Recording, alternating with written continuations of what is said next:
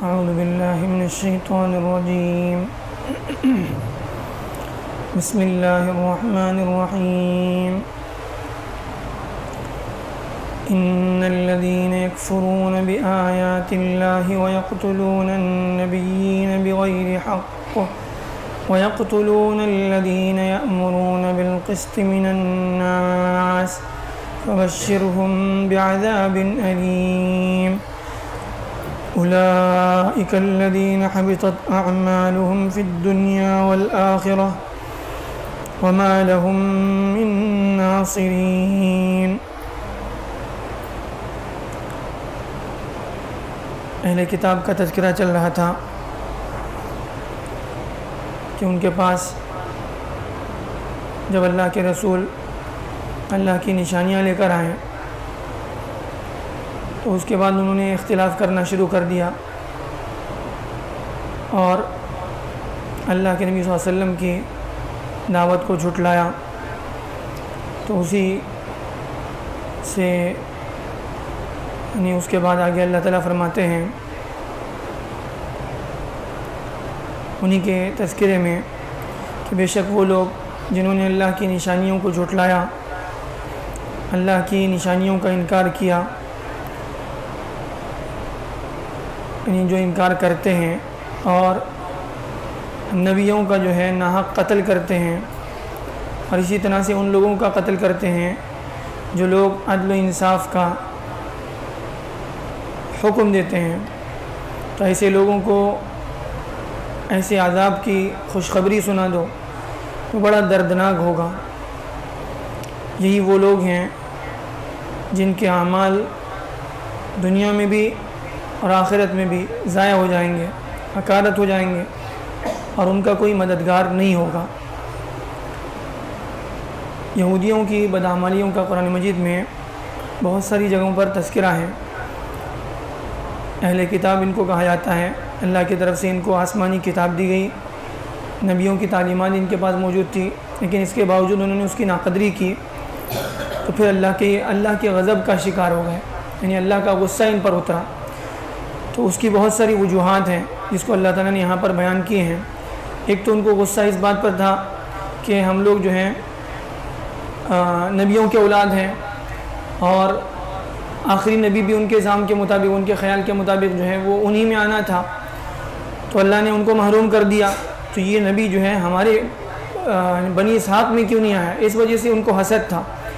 اب وہ حسد میں جو ہے اتنا آگے بڑھ گئے، دشمنی میں اتنا آگے بڑھ گئے کہ انہوں نے اللہ کی نشانیوں کو جھٹلانا شروع کر دیا، جان بوجھ کر اللہ کی نشانیوں کو تبدیل کیا، اللہ کی آیتوں میں جو ہے اللہ کی کتابوں میں تحریف کرنا شروع کر دیا.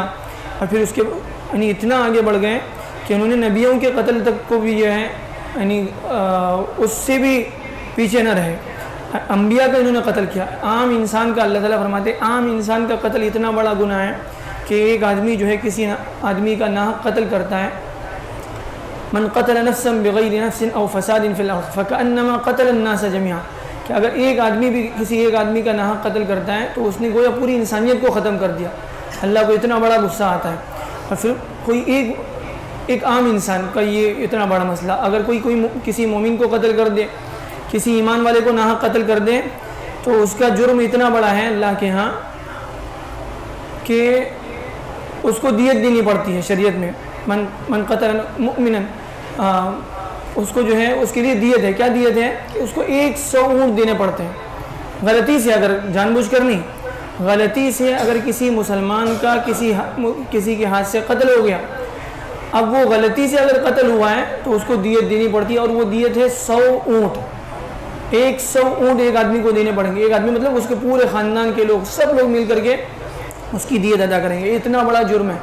اور اس کے علاوہ جو ہے کوئی جان بوجھ کے قتل کرے کسی مومن کا، ایمان والے کا، تو وَمَن يَقْتُلْ مُؤْمِنًا مُتَعَمِّدًا فَجَزَاؤُهُ جَهَنَّمُ خَالِدًا فِيهَا. اللہ تعالیٰ فرماتے ہیں وہ ہمیشہ جہنم میں پڑا رہے گا. جو آدمی کسی مومن کا جان بوجھ کے قتل کرتا ہے تو وہ تو ہمیشہ کے لیے جہنم میں پڑا رہے گا اور اللہ کا غصہ اس پر ہوگا، اور پھر جو ہے اللہ تعالیٰ اس کو بہت بڑا عذاب دیں گے.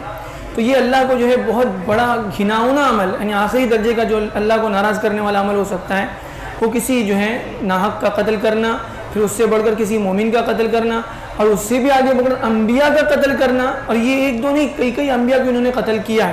اسی کو اللہ تعالیٰ کہتے ہیں وَيَقْتُلُونَ النَّبِيِّينَ کہ یہ انبیاء کا قتل کرتے آئے ہیں بغیر حق، کوئی ایسا نہیں ان سے کوئی جرم ہو گیا، کوئی غلطی ہو گئی، ایسا نہیں، ناحق قتل کرتے ہیں، اور یہ ان کی جو ہے پوری تاریخ اس پر گواہ ہے۔ اور آج پوری دنیا دیکھ رہی ہے کہ جو ہے انسانی خون کے ساتھ جو ہے کیسے یعنی درندوں کی طرح سے پیش آتے ہیں، ہزاروں بچوں کا آج بھی قتل کر رہے ہیں، اور کتنے ناحق معصوم لوگوں کی جان لے رہے ہیں، اور یہ کرتے آئے ہیں، پوری تاریخ ان کی جو ہے اسی سے بھری ہوئی ہے۔ تو یہ سب کچھ کرنے کے بعد اللہ تعالیٰ فرماتے ہیں فَبَشِّرْهُمْ بِعَذَابٍ أَلِيمٍ، ایسا نہیں کہ اللہ چھوڑ دے گا، اللہ نہیں دیکھ رہا ہے، اللہ کے پاس کوئی حساب کتاب نہیں، فَبَشِّرْهُمْ ان کو اللہ کے پاس ایسے دردناک عذاب کی انہیں خوشخبری سنا دو، اللہ کے پاس ان کے لیے عذاب تیار ہے۔ اولئک الذین حبطت اعمالهم فی الدنیا والآخرہ، بڑے اپنے آپ کو دیندار کر کے ظاہر پیش کرتے تھے لوگوں کے سامنے، تو اللہ کہہ رہے ہیں کہ ان کے سارے اعمال اکارت ہو گئے، دنیا میں بھی کچھ نہیں ملے گا ان کو، آخرت میں بھی کچھ نہیں ملے گا، وما لهم من ناصرین، اور پھر اللہ کے عذاب سے بچانے والا ان کو کوئی نہیں ہوگا۔ اللہ تعالیٰ من آیتوں سے صحیح سبق لینا